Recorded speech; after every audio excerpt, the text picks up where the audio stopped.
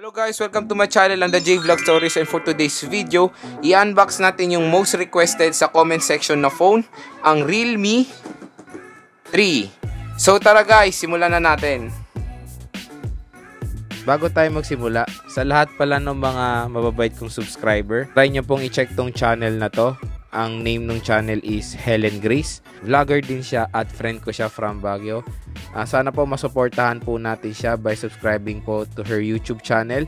Magaganda po ang mga vlogs niya guys, kaya yun, check nyo na. Yung link nung channel niya nasa end ng video and nasa description po. Ito na guys, yung pinaka gusto nyo i-review ko at i-unbox dito sa aking channel. Tinupad ko na siya and simulan na natin i-open tong Realme 3. And bago tayo magsimula pala, na-purchase ko siya sa Shopee sa flash sale nila. And nakuha ko siya ng discounted price. Kung makikita nyo dyan sa barcode niya, Realme 3, buy on March 25, flash sale at 12 AM for 6,290 pesos. So discounted siya. Kasi ang official price niya is 6,990 pesos. And ito pala yung base model ng Realme 3, yung 3GB at 32GB ang internal storage. Ito yung pinurchase ko kasi ito yung pinakamura. At syempre ito rin yung katapat ngayon ng Huawei Y6 Pro 2019, J4 Plus, Oppo A3s, tsaka yung Vivo Y91i. So perfect na perfect tong base model ng Realme 3 para sa mga i-compare natin sa mga ibang budget phones na around 7,000 lang ang price. And na-release lang siya nung March 25, and I think sa Shopee nyo lang siya mabibili itong Realme 3 na base model. Kasi pagkakalam ko yung ibang model niya yung mas mataas yung presyo dito na Realme 3. Ang release date pa nun is April pa. Mas naunang na-release itong base model compared dun sa mga ibang variant na mas mahal. Sa gilid, Realme 3. And yung packaging niya, very simple lang. So simulan na natin. I-open. Kung mapansin nyo dyan sa likod, 3GB, 32GB at ang color niya is dynamic black. Open na natin siya. Nakaseal siya, hindi ko na siya chinek. Para dito ko na lang siya i-unbox sa bahay.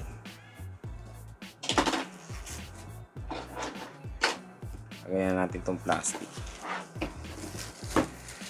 Very simple lang yung packaging niya. Open na natin. And maganda yung color combination ng box niya guys gray tsaka yellow. Astig. Tanan! Like nyo daw sila sa Twitter, Facebook. Nandito yung mga manual, so mamaya na to. Ito yung phone. Oops. Alis na. Wala nang surprise. Ito yung phone, mamaya na rin tong phone. Ito muna tayo sa box, kung ano ba mga laman ng box. Meron tayong power brick. Realme. Kung mapapansin nyo, wala siyang earphones. Ayan, walang earphones din tong Realme 3, kaya nakakalungkot. Wala talaga, wala. Wala. Kahit anong gawin ko, walang earphones. And, tignan nga natin kung ano ba to. Kung Type-C ba siya or, wait lang or micro USB. Tignan nga natin. Yun. So, bad news. Micro USB pa rin siya. Parang pag budget phones, micro USB pa rin talaga. Hindi pa rin nagta-Type-C. Micro USB cable. And wala na. Ito naman tayo sa mga manuals. Oops, meron tayong free jelly case. Buti naman, may libreng jelly case. Important information guide. And quick guide. Yun lang.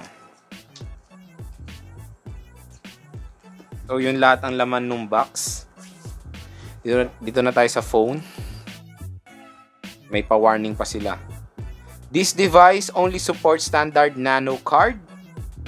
Yan. The battery cannot be removed from the device. Oh my God. Hindi daw pwedeng alisin ng battery. So, ayan.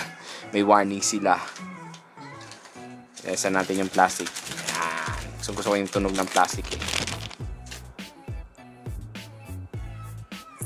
Ito yung phone sa likod. Galing na natin to. Wow! Grabe guys! Ang ganda nung likod niya, promise. Dito ako nabilib. Grabe, ang ganda. Wow! Sobra akong na-amaze sa likod niya. Grabe, ang ganda ng pagka-gradient color niya. Ayan o. Parang meron siyang glitters na hindi mo maintindihan kung ano bang ginamit nila ditong paint eh. Ayan. Pero plastic siya. Pero astig yung kulay niya talaga. Ito yung tinatawag nilang dynamic black. Tapos yung logo nila nasa baba, Realme. Wow, ang ganda. Grabe. Sobra. And kung mapapansin nyo, buti naman, meron silang fingerprint scanner. Good news, may fingerprint scanner tong si Realme 3. Dual camera siya. Wow, grabe ah. Para sa akin, budget phone siya na hindi tinipid. So, na-amaze ako dito sa phone na to, grabe. And yun lang disadvantage, fingerprint magnet yung likod niya. Ayan. Maganda nga yung likod niya pero fingerprint magnet siya, guys. Plastic siya, madaling magasgasan. So, ingat-ingat na lang din.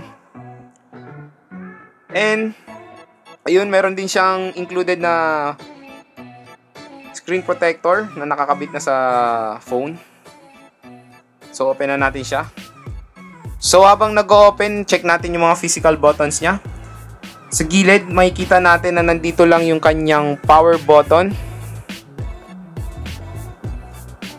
Sa taas, wala tayong makikita sa taas. Kahit microphone, wala. Sa gilid, nandito yung SIM card slot niya and yung volume rocker.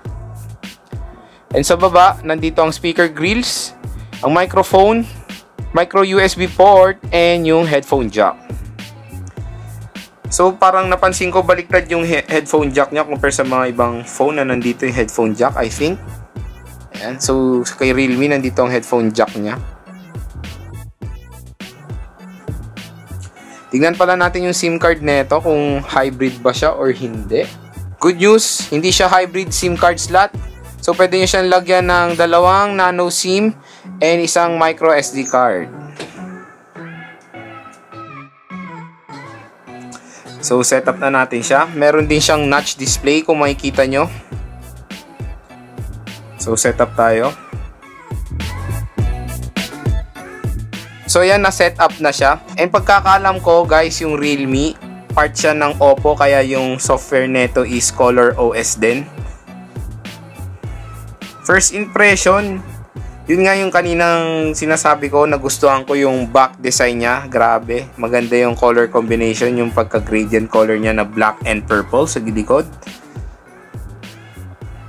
Sa screen size, okay yung screen size niya, malaki. Maliwanag naman siya, ayan, maliwanag naman siya in full brightness. Okay yung display niya rin. Comfortability sa hand grip, okay naman. Comfortable naman siyang hawakan. Yun nga, fingerprint magnet siya, kaya lagyan nyo na siya agad ng case kung ayaw nyo magkaroon ng smudges yung phone nyo. And yun, madali nga siyang magasgasan, inuulit ko kasi plastic siya. Slim design naman siya kung makikita nyo. So yun, abangan nyo na lang yung review ko dito sa Realme 3. Shoutout nga pala kay Jeffrey Torrejos Elim, kay Kate Ann Delphine, kay Alexis Agustin, kay Ivan Gallego, kay Joan Lagas, kay AJ Win Potenciano, at kay Dan Guerrero. Maraming salamat po sa panonood sa aking mga videos and sana po nakasubscribe din po kayo sa aking YouTube channel. So yun guys, doon naman po nagtatapos ang ating video. Kung nagustuhan nyo po yung video, don't forget to like and share. And also subscribe po to my YouTube channel for more upcoming videos. And like me on Facebook at JVlog Stories. At kung gusto nyo po maging updated sa mga aking video, i-click nyo na ang bell icon for notification. Once again, this is Joe from the JVlog Stories and have a great day. Bye!